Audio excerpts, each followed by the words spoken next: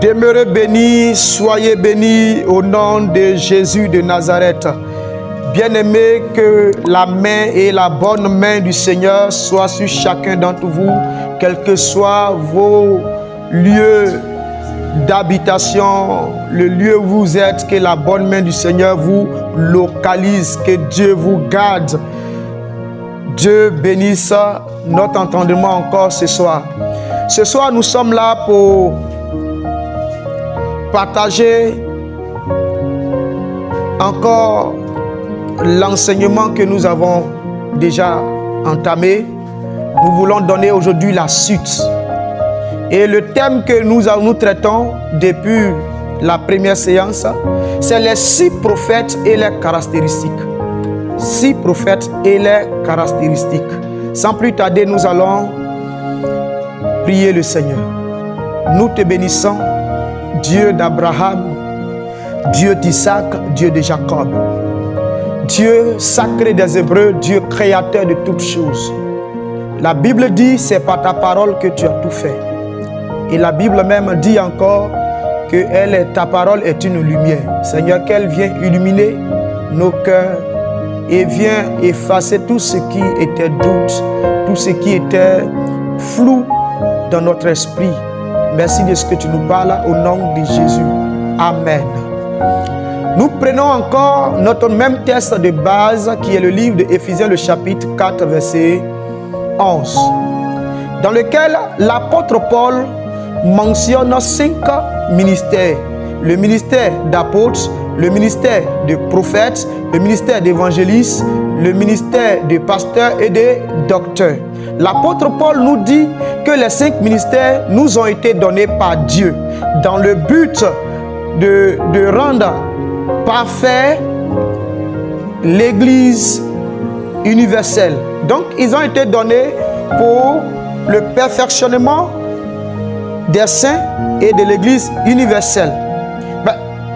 Dans tous ces 5 ministères que l'apôtre Paul nous a cités, nous avons compris qu'il y a un ministère qui reste incompris des autres, reste incompris même des fidèles, reste incompris de certaines entités, reste incompris de certaines personnalités, reste incompris du monde entier. Il y a beaucoup qui le savent et il y a beaucoup qui ne savent pas ce que c'est que le prophète, mais ils sont sur le point toujours au qui-vive pour juger le prophète, juger le comportement prophétique, juger les enfants de Dieu.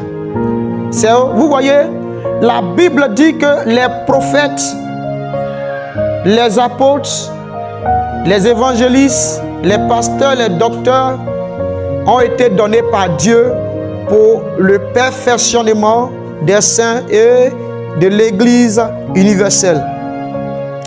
Dieu est un Dieu d'amour. Il a fait les choses de façon équitable, de façon équilibrée. Il a donné 5 ministères. Vous voyez, aujourd'hui, on a une maison, mais dans la maison, il y a plusieurs chambres. Mais c'est une maison. Donc, dans la maison de Dieu, là, il y a plusieurs chambres. C'est cette chambre-là qui est l'apôtre, la chambre de l'apôtre, la chambre du prophète, la chambre de l'évangéliste, pasteur et docteur. Donc, c'est une maison à 5 chambres. Vous voyez? Mais elle est une maison, elle est pour le perfectionnement de la maison, elle est pour l'embellissement de cette maison. Donc, les ministères dont nous parlons ce soir sont pour le perfectionnement du royaume de Dieu sur terre, sont pour guider et parfaire l'œuvre de notre Seigneur Jésus. Ici, au nombre de ces ministères qui ont été cités, il y a un ministère qui est dedans, qui fait partie, qui est l'un des ministères le mal compris de tous, mal compris des fidèles, mal compris de certaines entités, mal compris des grands frères, mal compris des petits frères, mal compris de nos bien-aimés frères.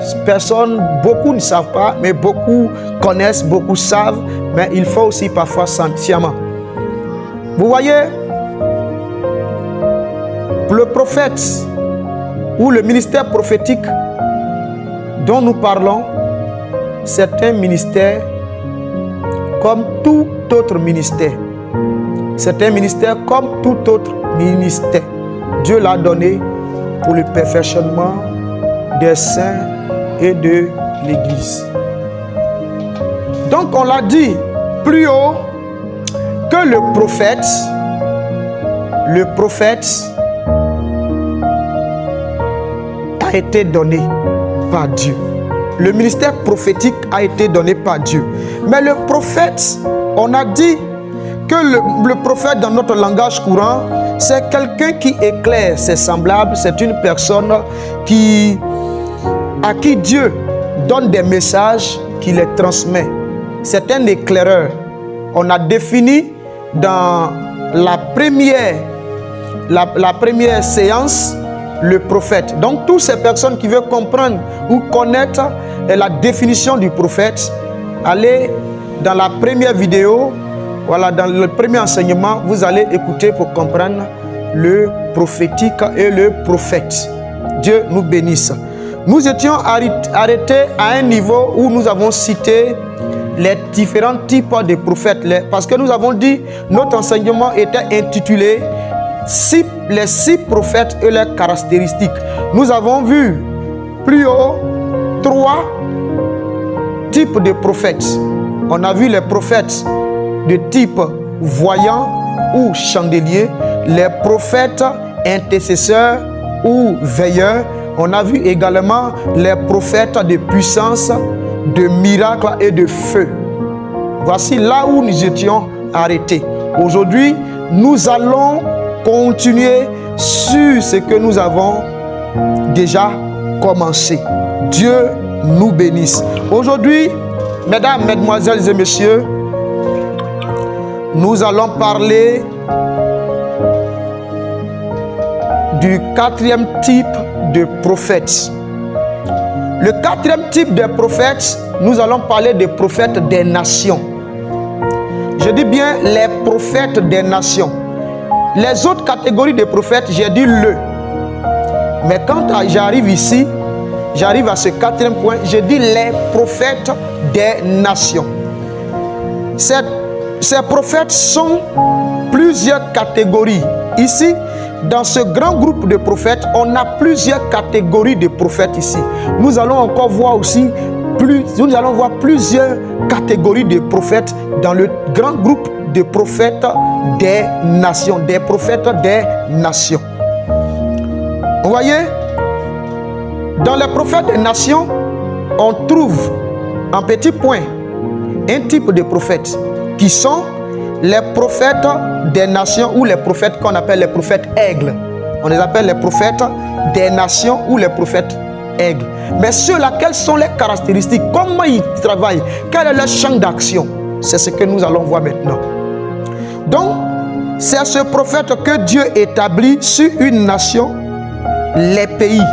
Dieu, ce type de prophète-là, ce prophète des nations ou prophète aigle, Dieu établit ce type de prophète sur une nation, sur les pays. Ces prophéties concernent les rois. Lui, quand il prophétise là, il prophétise pour les rois. Ces prophéties sont pour les rois, les chefs, les présidents et les nations. Il informe des dangers que court un pays. Lui, voici son champ de travail. Une nation, le danger que court un pays, une nation, est à l'autorité de Dieu pour apporter une restauration dans une nation. Lui, le Seigneur, lui est doté d'une autorité pour la restauration d'une nation, pour une délivrance, pour le rétablissement de la nation. Donc, ce type de prophète dont nous parlons, c'est le prophète des nations ou prophète aigle. Le prophète des nations n'est pas forcément celui qui se déplace de nation en nation. Ce n'est pas forcément celui qui est entre 2 avions. Mais en même temps, dans son pays, à lui, Dieu lui montre, Dieu lui donne des révélations ou lui montre ce qu'il doit arriver dans une autre nation. Est-ce que ce type de prophètes-là, ils ont un fondement dans la Bible? Oui, ce type de prophète qui est le prophète des nations ou prophète aigle a un fondement biblique. Nous lisons Jérémie. Jérémie, chapitre 1, verset 4 à 10. Nous voyons là ce type de prophète des nations ou prophète aigle. Le deuxième petit groupe, sinon le deuxième point du grand groupe des prophètes des nations, on a le prophète de la nation. J'ai dit premièrement, on a vu le prophète des nations ou prophète aigle. Maintenant, nous voyons le deuxième point qui est le prophète de la nation. Wow. Le prophète de la nation. Oui, il existe des prophètes dans une nation que Dieu établit sur la nation. Dieu ne peut pas établir tout le monde, tous les prophètes sur une nation. Parce que aujourd'hui, quand nous écoutons cet enseignement, nous comprenons que chacun a son champ d'action. Il a son lieu où il doit opérer.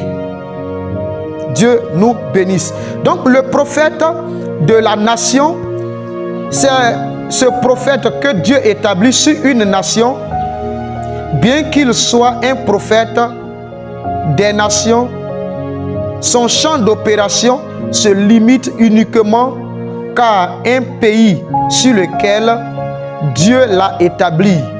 Et en dehors de ce pays, il n'a aucune révélation sur les autres pays ou les autres nations. Exemple. En exemple, nous allons citer Jérémie. Nous allons citer Amos, etc. Donc, dans le grand groupe des prophètes des nations, on a le prophète des nations ou prophète aigle, et on a le prophète de la nation. C'est différent. Vous voyez que les champs d'action, les champs d'opération sont différents. Amen. Le troisième petit point, dans le grand groupe des prophètes des nations, nous trouverons le prophète du gouvernement. Le prophète du gouvernement. C'est ce prophète que Dieu choisit et place auprès des autorités administratives. Dieu ne peut pas placer tout le monde. Dieu les établit auprès des autorités administratives, politiques, législatives, judiciaires, les présidents, les rois, les chefs et autres, afin de leur avertir des dérapages et de la pratique qui ne glorifie pas le Seigneur Jésus-Christ. Son rôle à lui, son rôle est d'amener le gouvernement à suivre les voies du Seigneur Jésus-Christ. Et son rôle, c'est les enseigner, c'est de communiquer l'enseignement de Dieu. Nous voyons dans la Bible, il y a aussi des personnes qui ont été prophètes de gouvernement. Nous citons Nathan auprès du roi David. Nous citons Daniel et ses compagnons en Daniel chapitre 1 verset 6. Donc, le ministère du prophète a des fondements dans la Bible. C'est un ministère par lequel le Seigneur va apporter le réveil. Voici pourquoi il reçoit des coups durs, il reçoit de la persécution, mais du courage. Le Seigneur va encore rehausser ce ministère. Le Seigneur va faire des choses grandes au travers de ce ministère pour le second réveil, le réveil qui attend la Côte d'Ivoire ou qui attend le monde.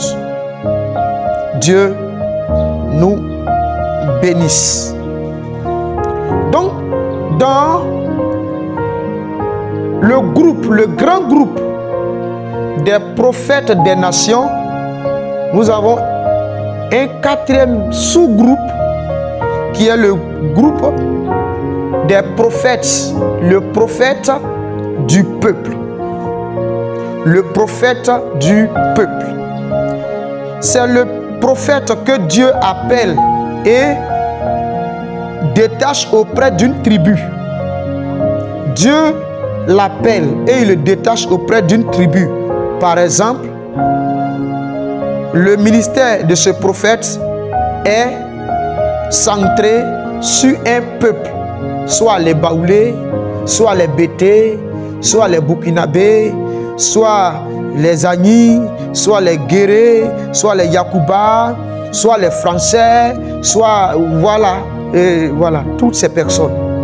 Voilà, je voudrais dire.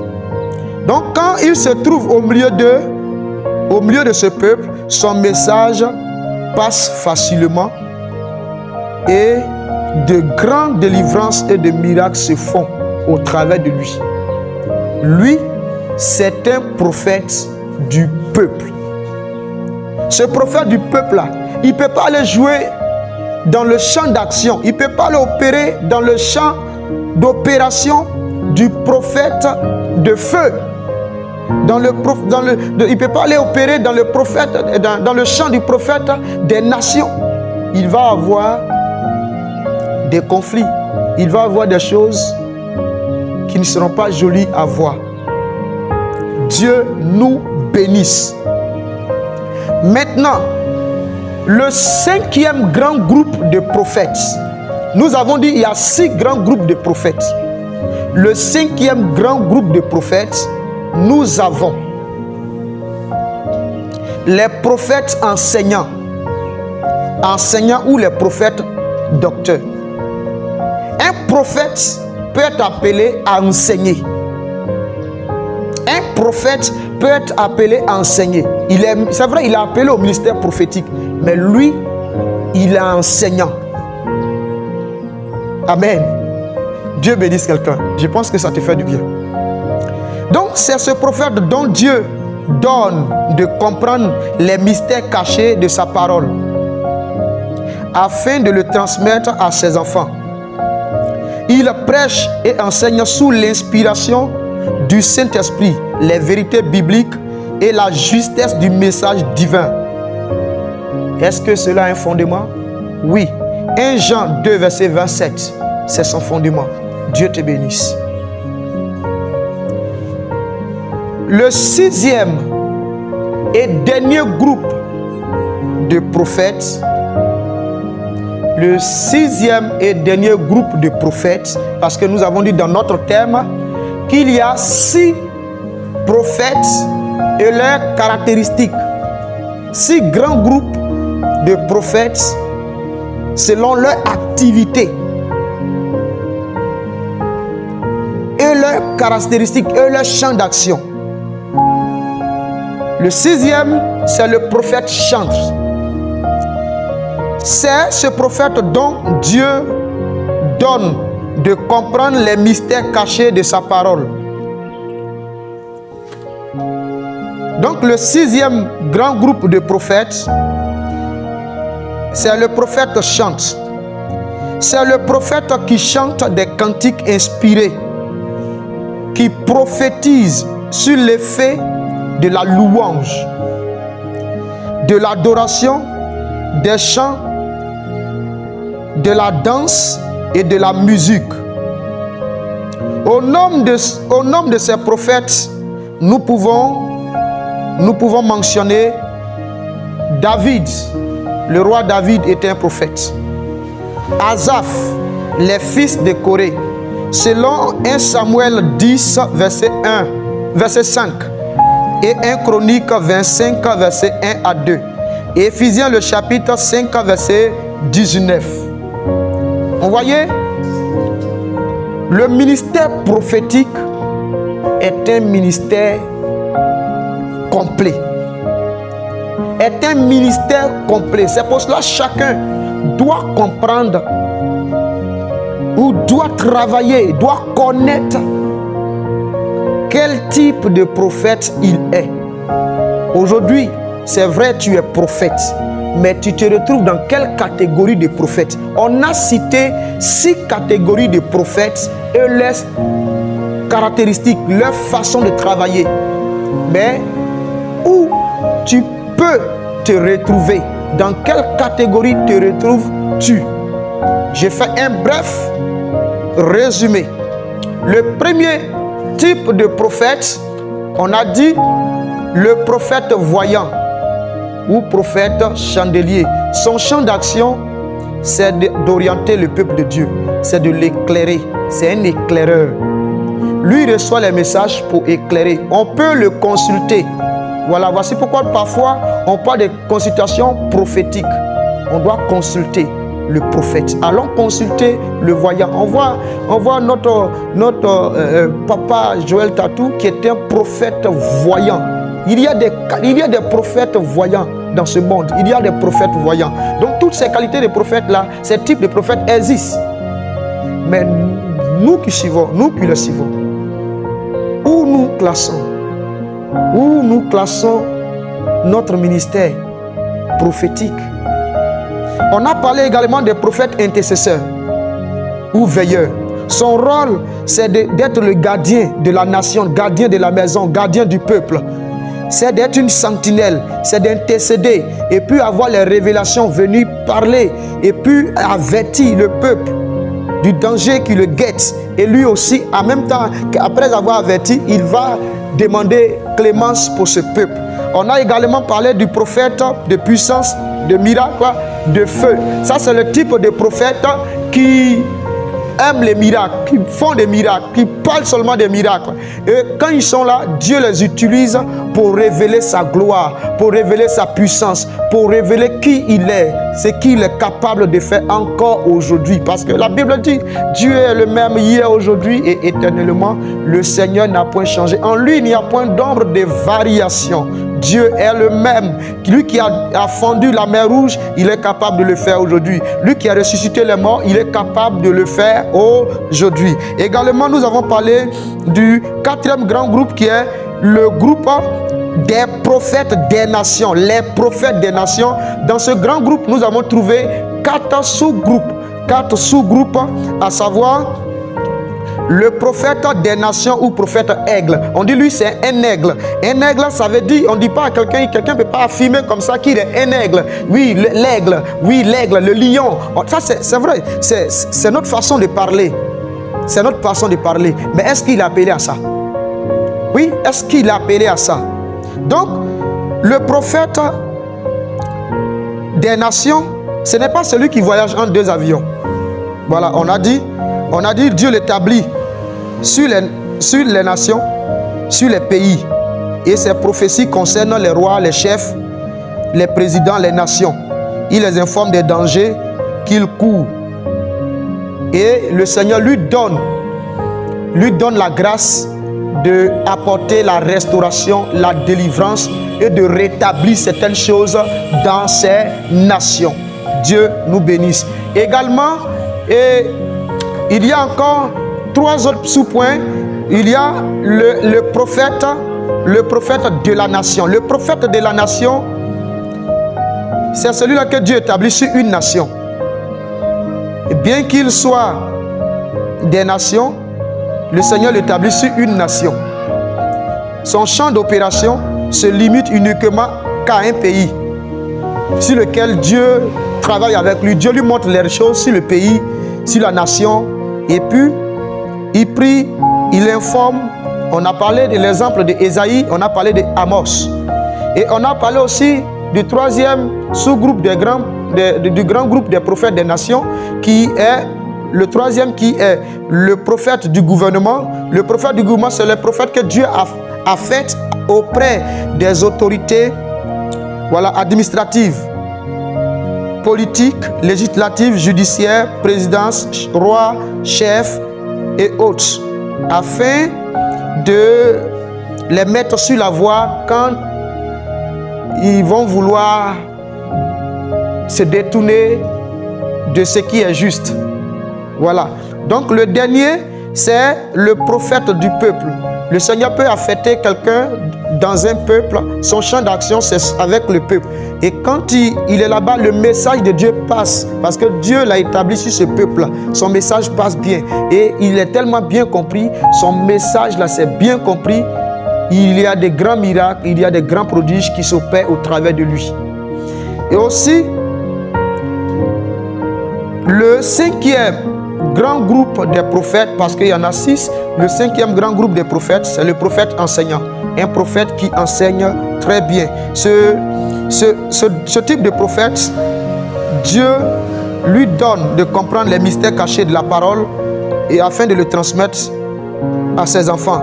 Il prêche et enseigne sous l'inspiration du Saint-Esprit les vérités bibliques et la justesse du message divin, selon 1 Jean 2, verset 27. Aussi également, on a parlé du prophète chante, qui est le sixième grand groupe des prophètes. Le prophète chante. Ce prophète qui chante des cantiques inspirés. Certains prophètes qui chantent des cantiques inspirés, ils prophétisent même au travers des chansons. Ils donnent des messages prophétiques, des choses d'avenir. Ils nous annoncent des choses, des oracles de Dieu. Et en chantant, il dit des mystères. En chantant, il est en train de donner des prophéties. En dansant, il donne des prophéties. Et au nombre de ces personnes, nous avons parlé du roi David qui était prophète. C'est un instrument musical qu'il jouait très bien, qu'il savait jouer, qui lui permettait de pouvoir aider certaines personnes. On a Asaph et les fils de Corée, etc. Nous trouvons cela dans le livre de 1 Samuel 10, verset 5 et 1 Chronique 25, verset 1 à 2. Éphésiens le chapitre 5, verset 19. Nous notons en conclusion que en tant qu'une personne appelée au ministère prophétique, il est important de savoir quel type de prophète nous sommes ou quels sont les différents domaines dans lesquels Dieu nous a qualifiés afin que nous soyons efficaces sur le terrain missionnaire. Que le Seigneur vous bénisse. C'était votre serviteur, le prophète Ézéchiel, pour parler des 6 types de prophètes et leurs caractéristiques. Les 6 prophètes et leurs caractéristiques. Bien-aimés, la chose qui sera merveilleuse en nous écoutant et après avoir écouté certains de nos enseignements, c'est de vous abonner si vous n'êtes pas abonné, c'est de liker, c'est de partager, c'est d'ajouter un commentaire. Shalom et que Dieu vous bénisse. À très bientôt.